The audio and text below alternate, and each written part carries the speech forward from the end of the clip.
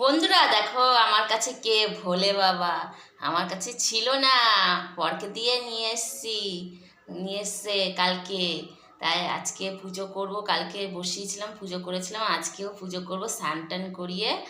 আর কি কি বাজার নিয়ে এসছে তোমার দাদাবাবু। হ্যাঁ, আজকে নীল পুজো পুজো করব, বাচ্চাদের জন্য করতে হয়।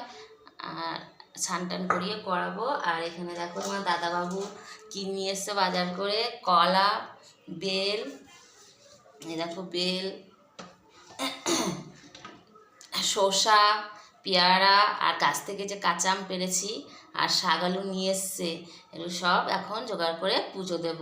তাই তোমাদের পুজো দেওয়ার আগে তোমাদের একটু দেখিয়ে নিলাম।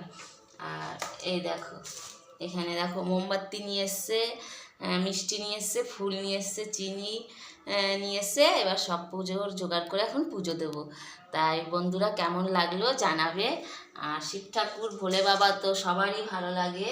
আর এই যে আমার ভোলে বাবা আমার কাছে আছে, এখন ভোলে বাবার পুজো করব।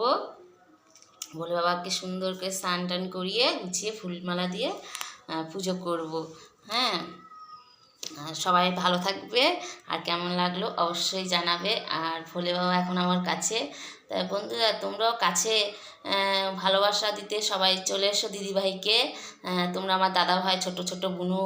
আর ভোলে বাবা আমার কাছে আছে, দেখেছো কতটা ভালোবাসা আমার ভোলে বাবা আমাকে। আমি ভোলে বাবাকে কতটা ভালোবাসি যে ভোলে বাবা দেখো আমার কাছে আছে।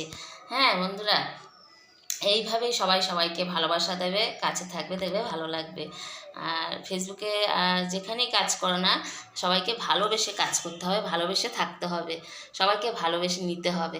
এইভাবেই সবার পাশে থাকো। দেখো জয় ভোলে বাবা কি জয়।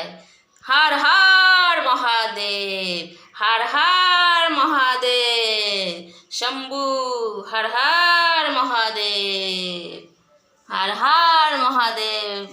তাহলে চলো বন্ধুরা, আমি এখন পুজোর জোগাড় করে পুজো দিয়ে নিই সবাই।